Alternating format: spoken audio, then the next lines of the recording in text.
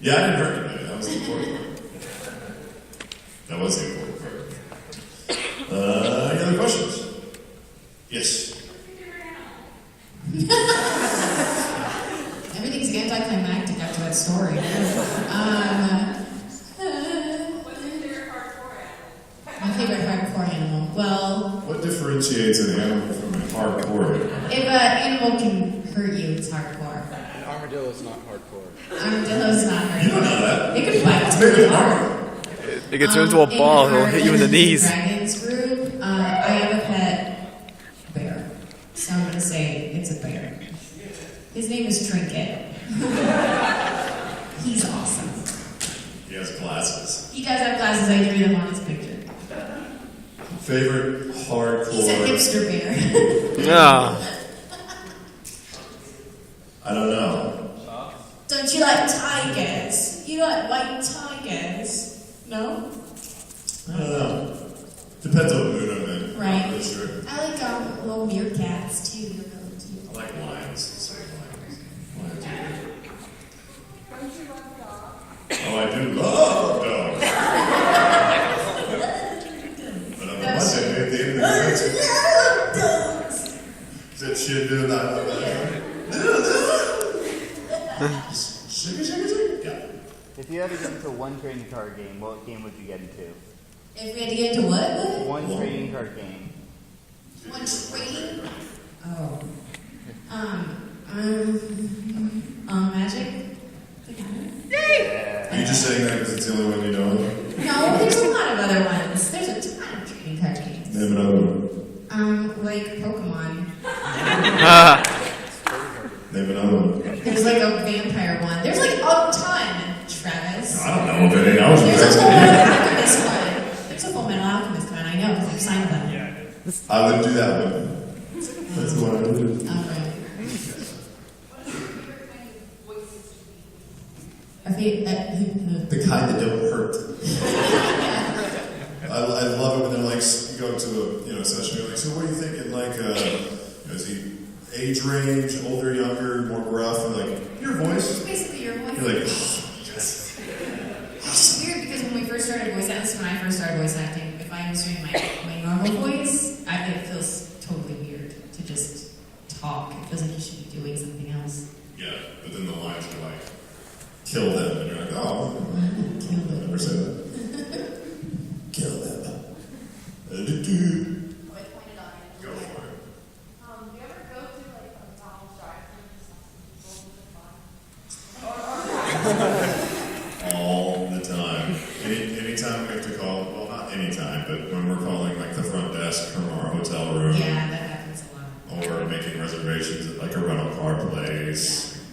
Sometimes we have to call and just be on, New York City or, Not just up here, like, with an accent, I always just try to adopt like a Kathleen Turner sort of voice and make them think I'm really serious about what I want. Right. Yeah. I like to pretend!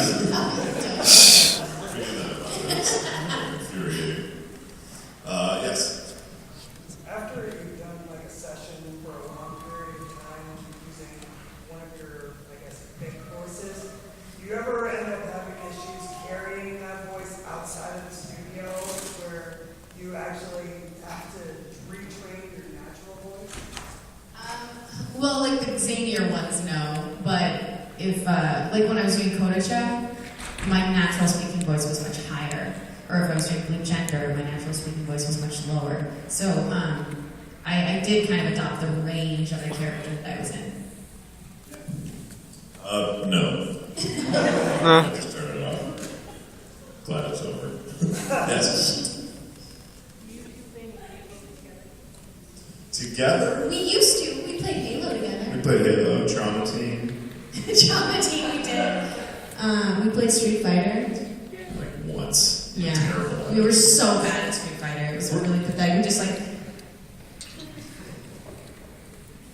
I like how you like terrible. it. Oh, God, I couldn't get it. We play different kinds of games. She's a much more of an RPGer, and I'm like a first person. I'm a third Skyrim person. kind of girl. Yeah. I can't play Skyrim. I can't. I don't understand why. It's just, there's too much stuff.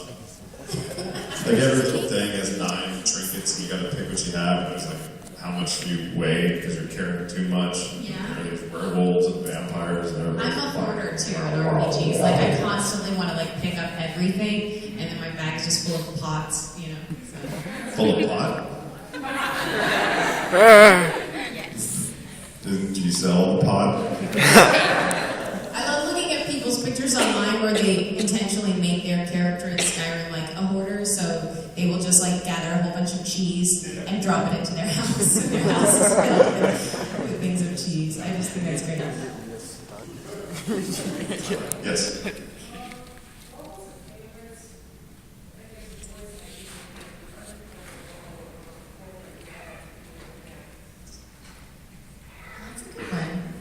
What was your favorite voice you ever did for a character that was like a small, like a bit part? Oh, and Saints Row. I was a politician in the White House and was talking about getting a filibuster to the president, and Laura plays the president, and she punched me in the balls. That's pretty fun. Politics and then getting punched in the balls. I would have punched me in the balls too. I did, actually. In Avengers, I got to play a little kid that gets rescued by a falcon, and as he's running away, he goes, "Thanks, Hawkeye!" He goes, what? Yeah, that's really fun. Wait, you haven't asked me yet. So I remember hearing that a lot of the Dragon Ball Z voice actors, they would pass out after a long transformation session, and I was curious, was there ever a time during voicing a character where something like that happened to you guys?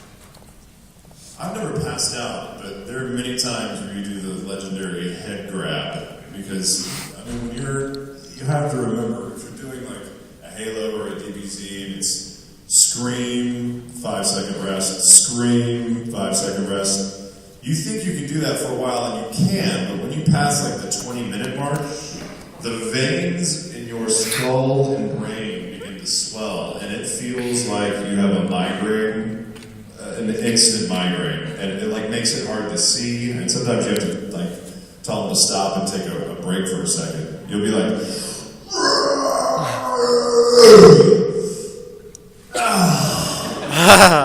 they're like, ooh, yeah, okay, let's take a 2-minute break. Like, okay.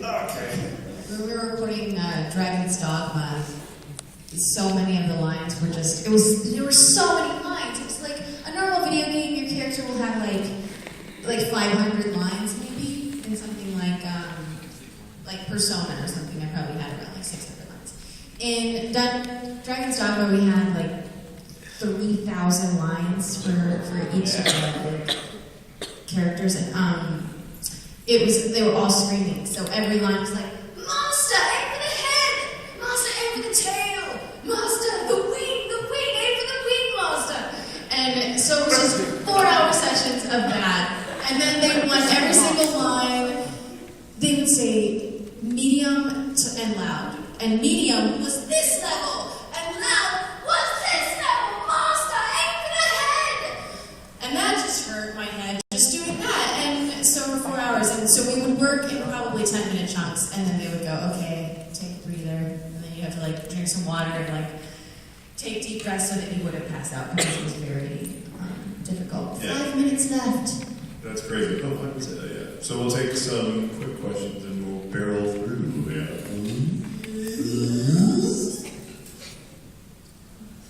You go. Orange vest. Orange scarf. Scarf. It's a scarf, not a vest. I can only see your shoulders. It's not my fault. Between you two, who's the nerdiest and why? What's that? Who's the nerdiest between you two? Laura. I'm definitely the She reads like fantasy novels. Aww. It's okay. I love you. You're a crazy nerd. Yeah, I am a bit of a nerd. I'm not reading fantasy novels. I'm reading The Name of the Wind right now, you guys. It's really It's good. fantastic. Sorry. It is really good. Yes. Love that book. Have you ever recorded one of your characters outside of the studio and no one recognized it and giggled to yourself? You don't normally giggle to yourself when they don't notice and you just feel like a loser.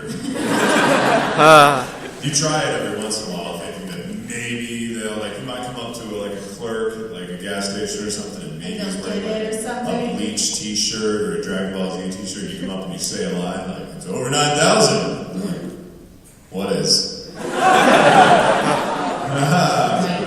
Right. Kamehameha. No. Get that at a thrift store. You have any idea where the giant block people The are? worst is like when somebody is like selling, you know, if you go into like a GameStop or something, and I went in and asked, I was asking about Blue Gender, it was when I first started, I was somewhere, I think it was, I can't even remember, it was a store in the mall, and I was like, "So Blue Gender, huh? How's that show?" And he's like, "Oh, it's really not good." And I'm like, "Oh." And he didn't even know I was like fishing, and he was like, "Oh yeah, you shouldn't even bother buying it. It's not."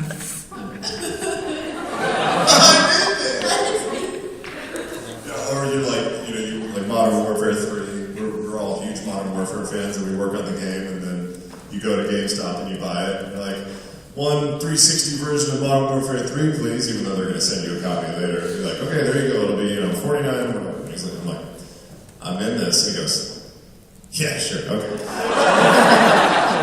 I am. It's there. I say, "Grenade, reloading, and I'm down." You hear that a lot, don't you? I was in a 7-Eleven with Meredith one time. We were doing Dragon Ball Z, and she was at the register and she saw they were selling Dragon Ball Z trading cards. And she was like, "I play Android 18," and the clerk's like, "Oh, okay." And we left, and Meredith's like, "Why wasn't he impressed?" I'm like, "It sounds like you just like you play Android 18 like In the game. like for the heck of it." "Yeah, I play Android 18 just for fun." Yeah. That's like Yuri Lowenthal's Oh, it's the worst. Prince of Persia story. He actually went up to Jake Gyllenhaal and played, the Prince of Persia in the movie. He went up to him in a Hollywood restaurant and was like, "Hey!" He's like, "Hey man," he goes, I play the Prince of Persia." And Jake Gyllenhaal was like, "Okay." And he was like, he thought he meant like, "I played the video game." He's like, "I am the voice of the Prince of Persia in the video game. I'm not some weird fan. I just came up He and never interrupted said, your he just life." like literally walked up to Jay and said, "I played Prince Person." Jake was like, "Okay." And he was like, "What a jerk." And he like walked away and he was like, "Oh man." Afterwards. One more question because I talked to the on that one and then we'll run. Last one. First thing to go. Purple event. Yeah. In a fighting game, you guys are forced to choose some characters. You play those characters and fight each other. Yeah, we did that for Street Fighter. Yeah, we did. But it's literally like you threw two fighting characters into a gas chamber and watched them die. Like we can't even attack each other properly. Well, Chun-Li wins because neither of you did anything. We're jumping, we're whiffing, we're shooting in the, All I sonic could do boom was in like the direction. throw, and so Travis just kept jumping, and I was like, "This is lame." Yeah. She's like, "Come over here." I'm like, "No, you come over here." It's pretty pathetic. Thank you guys. It's all our time. We have a lot of time right now, so we'll go over there to the